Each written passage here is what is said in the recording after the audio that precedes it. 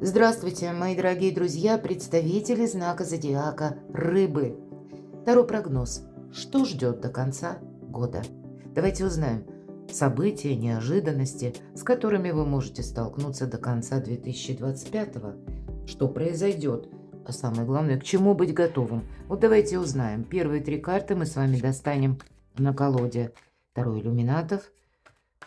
У меня эта колода очень давно, одна из первых моих колод. Редко, правда, расклады на них делаю, но она вся построена на символах. Вот давайте узнаем, какие символы выпадут или какие знаки судьбы, как поворотный момент, который может произойти до конца года, неожиданное событие в вашей жизни. А может быть, это ваше важное решение, которое тоже где-то для вас будет со смыслом переделать, переиграть, что-то переиначить. Ведь у нас ретро-уран в Тельце. В центре вопросы благополучия. Итак, первый знак судьбы, второй знак судьбы. Что ж там произойдет для рыб и рыбок? И третий знак судьбы. Вторая колода ведьмочек. И мы... Первый вопрос. Что вас удивит? Или кто? Что появится неожиданно? Или кто, мои дорогие? Вторая карта. И третья, к чему же это все идет? По основным сферам жизни. Чего ждать? Любовь, личные взаимоотношения или взаимоотношения в целом. Что ждет в финансах до конца года? И в целом ваши достижения. Важные встречи у кого-то учеба, у кого-то просто рабочая ситуация или документы, контакты. Итак, первый знак судьбы. Учиться. Карта сдачи экзамена, ну, это, конечно, может быть как, знаете, та ситуация, которая в вашей жизни была, и вам ее как пространство судьба возвращает, чтобы вы теперь что-то сделали более правильно, чтобы жизнь пошла с правильной ноги. И вот, кстати, мы можем для этого что-то даже изучать. Кто-то изучает языки, а кто-то осваивает конкретное ремесло. Вот здесь по части освоения ремесел или чего-то нового, тут полный прогресс, потому что всегда тройка– это карта будущего. Но это то, что мы закладываем сегодня на будущее. Мы сегодня как готовим базу, да, фундамент для этого будущего. И вот знание, сила тут буквально по этой карте. Хотя, как я сказала, какой-то жизненный экзамен тоже своего рода мы должны пройти и сдать. И, может быть, это касается финансов. Может быть, вы какую-то тему финансовую хотите решить, и кому-то из вас приходится искать дополнительный источник дохода. И для этого вот как раз либо изучение проходит, либо освоение каких-то новых ресурсов, скиллов или самого по себе ремесла, как профессии. Может быть, это не та профессия, ради которой нужно сидеть долго в университете, а ту, которую вы прохождением курсов или обучения на рабочем месте можете быстро получить. И потом вы уже это перекладываете на практику, и это вам приносит доход. Но, по крайней мере, вот такими вопросами, ну или подобными, вы можете заниматься. Но и тогда как знаки судьбы, как будто ты продумывай. Вот эту тему ты все время проигрывай. Наверное, это для вас будет иметь значение. Почему? Вот как влияет на знаки зодиака стихии Земли и воды нахождение Урана в знаке Тельца. Это предыдущие 7 лет. Сейчас у нас с вами, включая январь, ретро-уран, то есть уран в обратном движении, тоже в знаке Телец. Это все вопросы благополучия, материального обеспечения, откуда к нам приходят деньги, или вопросы дома. Потом у нас происходит прямое движение до 26 апреля, и значит где-то после 5 февраля до 26 апреля какая-то конфигурация, история. Знаете, у вас будет, наверное, то время, когда что-то будет определяться, или, по крайней мере, вы с чем-то будете определяться окончательно. Но до конца января вы можете осуществлять как пробу пера или расширять зону знаний. Вполне вероятно, уже с 26 апреля мы ждем, что Уран перейдет в знак зодиака Близнецы, но в Тельце. Он останется или перейдет во второй дом гороскопа, который соответствует финансам. И вот на знаке стихии Земли и воды какая-то, знаете, история с прогрессом по части финансов. Тут вам будет в помощь. Поэтому, может быть, и правда есть смысл что-то изучить и с чем-то определиться. Вот такой знак судьбы. Второй знак судьбы – королева мечей. Ну, может быть, и правда есть такая королева мечей, которая отрезала так отрезала. Может быть, это касается личной жизни. Может быть, это вы сами где-то в таких энергиях, потому что вам что-то надоело. Прообраз Юдифи. Когда мы решаемся на какой-то путь в одиночку, и, кстати, никому об этом не говорим. Ну, такое может быть. И, как известно, счастье и удача любят тишину. Как только мы проболтались, говорят, знает один, значит, знают все. Поэтому по части хранить собственные тайны можно сказать, что это как знак судьбы. И знаете, холодная голова, какой-то холодный расчет. Может быть, и люди даже, да, королева мечей. Может быть, конкретный человек, который рожден под знаком зодиака стихии воздуха. Близнецы, весы, водолей. Или имеет там асцендент. Вполне вероятно. Но тогда и для вас, мои дорогие, здесь тоже нужны вот все-таки такие энергии. Потому что нет эмоций, или они вам могут существенно в чем-то помешать. Рассчитывайте свой прогресс или свою траекторию и одновременно, ну, где-то рассчитывайте каждый свой шаг с позиции, допустим, вы поступаете одним образом. И себе задавайте вопрос, что я буду делать, если что-то пойдет не так? Каким образом я поступлю? Не должно быть надежды на авось. Вот у вас что-то должно быть просчитано. И не просто просчитано как одна траектория, а еще и альтернативная. Вот такой знак судьбы. Ну, видимо, начнется вот то время, когда, я часто говорю, туз жезлов делит нашу жизнь на период до и после. Вот эта траектория, все то, что я сказала, для вас будет важна. Как будто назад мы уже не повернем. А вот свернуть, если необходимо, да, или пойти какими-то окольными путями, принять какой-то альтернативный вариант или метод, вы всегда должны. Это в целом увеличивает вашу ресурсность. И значит, чем больше знаний, знания – сила. Вы их можете применить на практике. Чем больше вы что-то умеете, к примеру, делать своими руками, и тогда, ну, хоть камни с неба, вы всегда найдете себе применение своим силам, ну и буквально тогда сумеете заработать деньги или выйти из какой-то сложной ситуации. Как будто вам предлагают рассмотреть не только прямую траекторию, а еще и вот эти самые альтернативные пути. Потому что совсем скоро, вот как будущее наступило, и уже маневра назад не будет. Вот что-то такое. Хотя это может быть важное известие. Может быть, это та новость, которую мы слышим в средствах массовой информации. Я такое тоже допускаю. Но вполне вероятно и новость от какого-то человека. Может быть, это не согласие с каким-то фактом или с каким-то пунктом, с конкретным человеком. И, допустим, вы в чем-то видите продолжение, а человек уже готов отказаться. Или вы на кого-то надеялись, а человек тут тоже что-то переиграл. И вот поэтому альтернативные методы нам помогают. Но давайте будем смотреть, кто или что удивит. А удивит как раз окончание.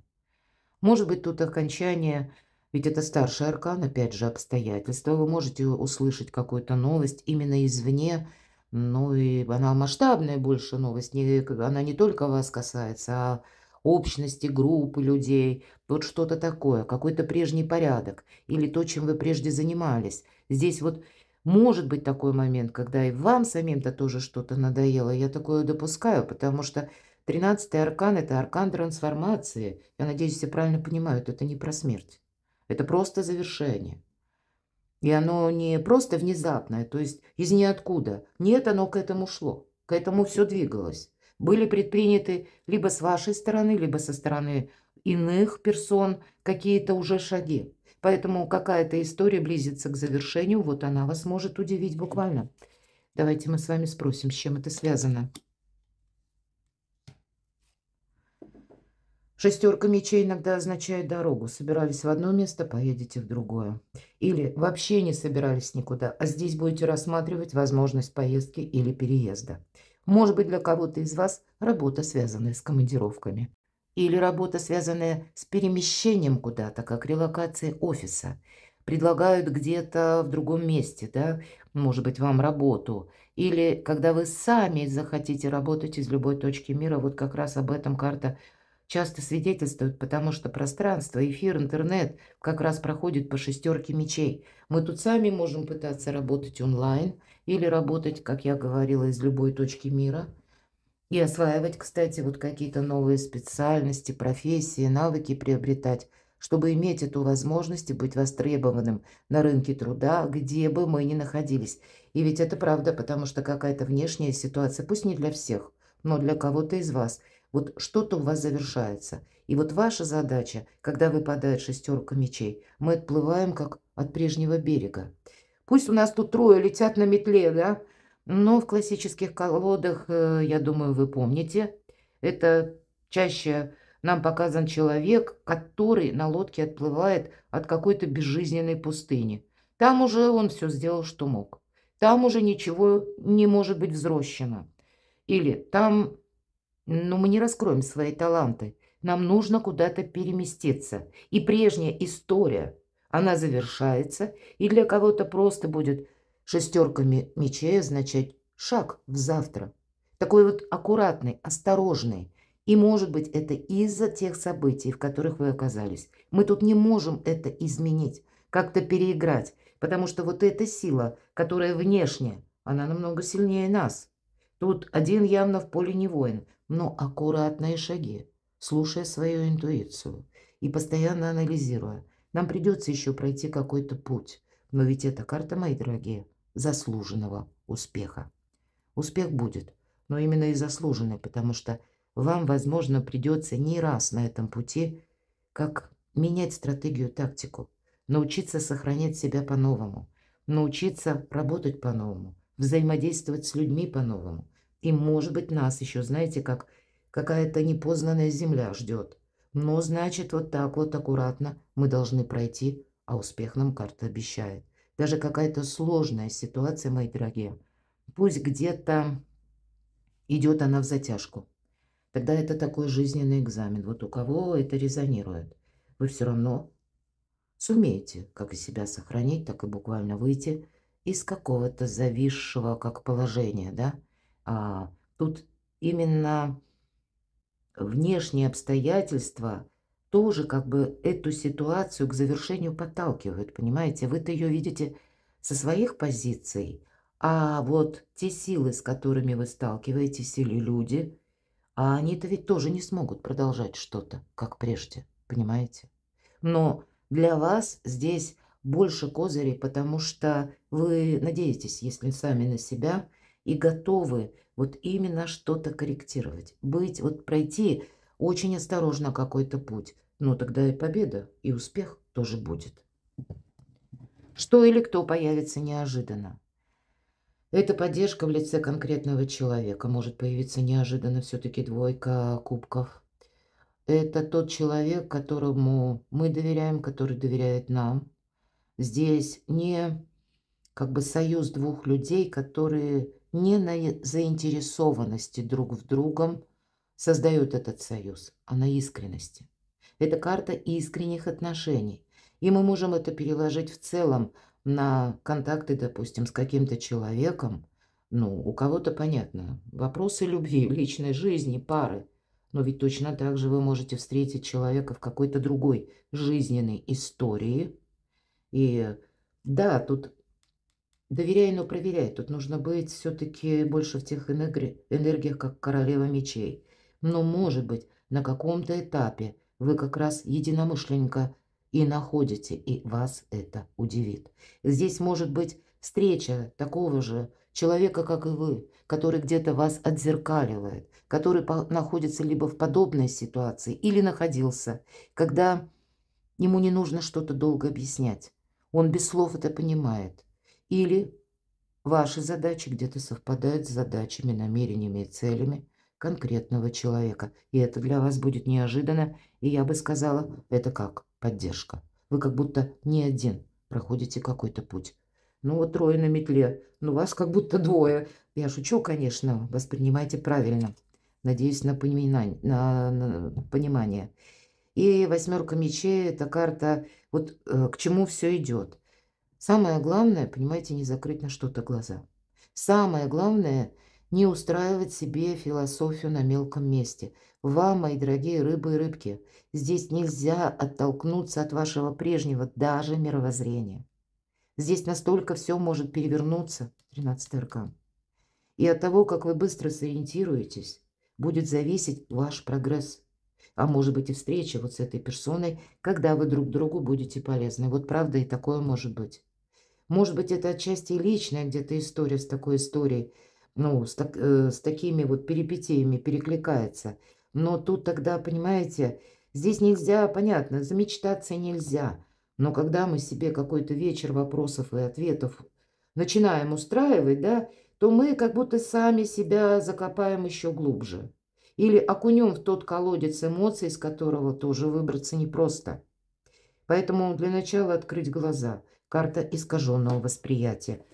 Нельзя быть в искаженном восприятии. Нужно быть как королева мечей. Та, которая видит то, что есть на самом деле. Та правда, пусть она нелицеприятная, пусть она жесткая, но это правда. И никаких иллюзий. И вот от этой правды она уже строит свою стратегию, тактику. Не случайно я сказала про образ Юдифи, которая вошла в историю именно потому, что она рассчитывала сама на себя. Поэтому такое грандиозное действо ей удалось совершить, хотя на такие героические поступки способен далеко не каждый из нас. Ну, может быть, как по энергетике, что-то подобное карта дает как совет. Вот правда, я уже не останавливаюсь подробно, но если мы говорим о символике, и вы не знаете, да, кто такая Юдифи, и что там случилось, найдите эту информацию. Я думаю, вам будут понятны. Вы переложите на свою жизнь, на свою судьбу, и для вас будет это более понятно, как вам действовать, от чего опасаться. Вот здесь нужно опасаться разрушительных мыслей. Они вас тянут в какое-то болото, а у вас на кону ваши силы. Посмотрите. Тут ведь главное, с одной стороны, дипломатия – это не есть, что мы как будто с кем-то соглашаемся. Это значит, мы с кем-то не спорим. Вот тут у вас явно есть взаимодействие или какие-то сложные задачи. Вы словно можете, знаете, как выйти сухим из воды, благодаря вашей дипломатии. Почему? Лев – прообраз нашего эго. И часто это эго нам приходится причесывать в хорошем смысле, потому что оно нам мешает.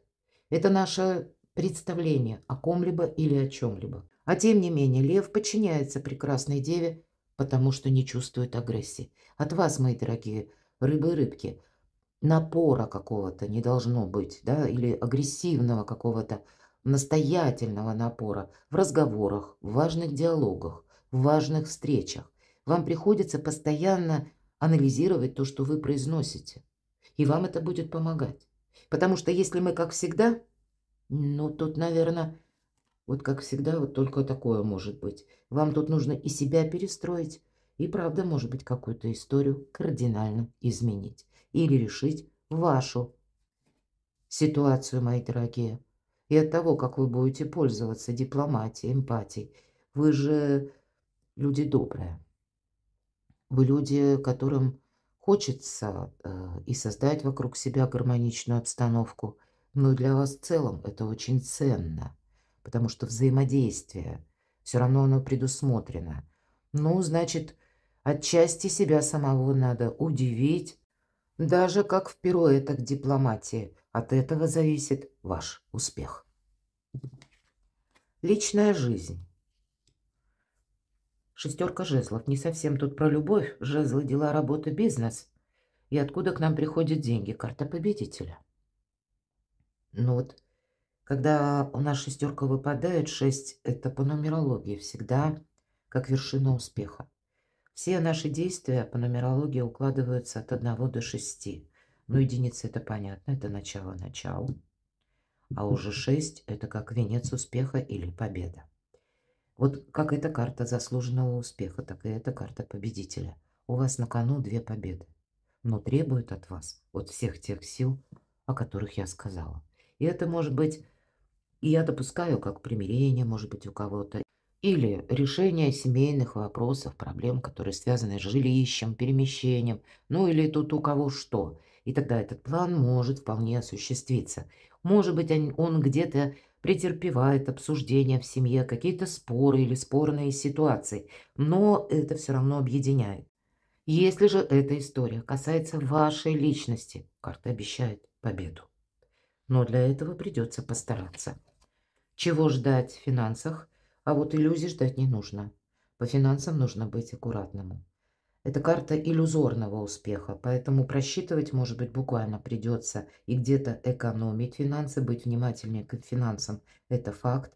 Но здесь мы не можем замечтаться. Эта карта однозначно говорит, тебе нужно выйти из путаницы раз и не надеяться на авось два.